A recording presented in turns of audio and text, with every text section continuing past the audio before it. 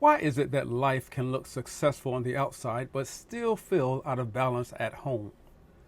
And what does that reveal about where our priorities really are? Good day, family. This is video number 6 in our series, Getting Life Back in Balance. Today's lesson is titled, Why Success at Work Can't Fix Problems at Home. As we move into this next area of life in this series, we now bring balance into a place where it is most clearly tested. That is the home. Because balance is not proven by how life looks publicly, it is revealed by how life is lived privately.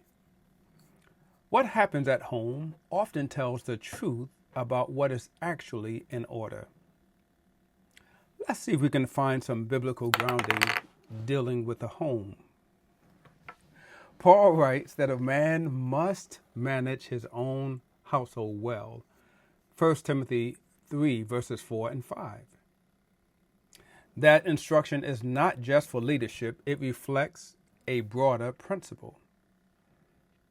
If what matters is neglected, then everything else becomes unstable. Similarly, Joshua declares, "As for me and my house, we will serve the Lord." Joshua 24 and verse 15.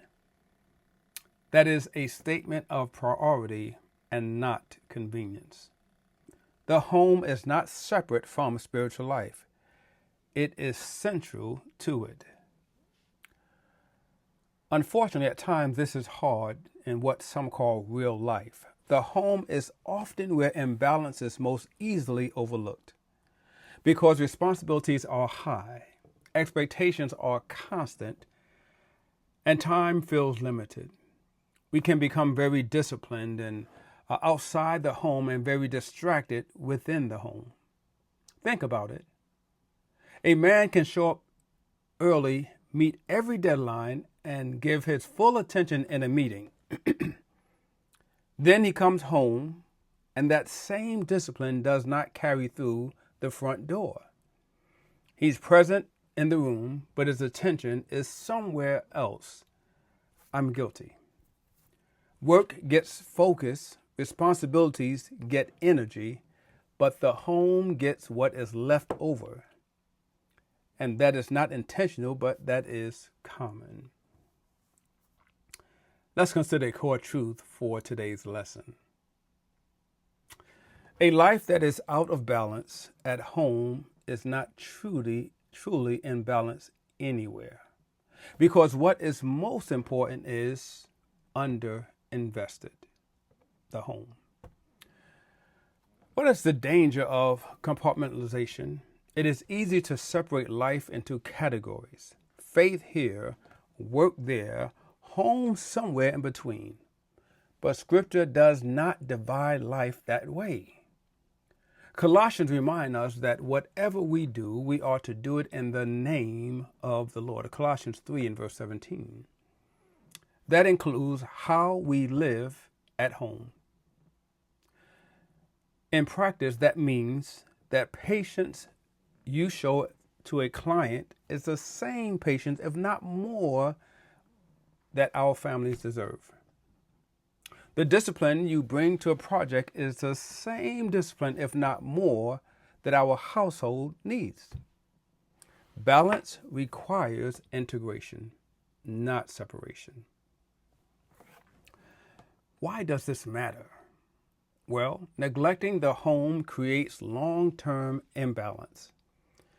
It may not show immediately, but over time it affects relationships, stability, and spiritual influence. But when the home is aligned, it becomes a place of strength, not strain.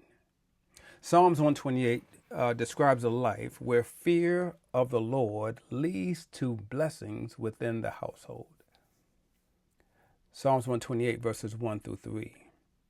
Deuteronomy 6 tells us to teach things diligently to our children, talking of them at home and away, morning and night, Deuteronomy 6, verses 6 and 7. That is not accidental. It is formed. By way of application, reflect honestly on your home life. Does your home reflect your priorities or your leftovers? Are you present, or are you investing intentionally or assuming things will hold together? This week, ask someone in your household a very simple question. Do you feel like you get my best or my leftovers? Their answer may tell you more than any calendar ever could. Balance must be visible where life is lived most closely. In our next lesson, we'll look at the hidden cost of neglecting family and why imbalance in this area carries long-term consequences. And in doing so, we'll apply this is what it means to be formed to fight. Thank you so much for spending time with me.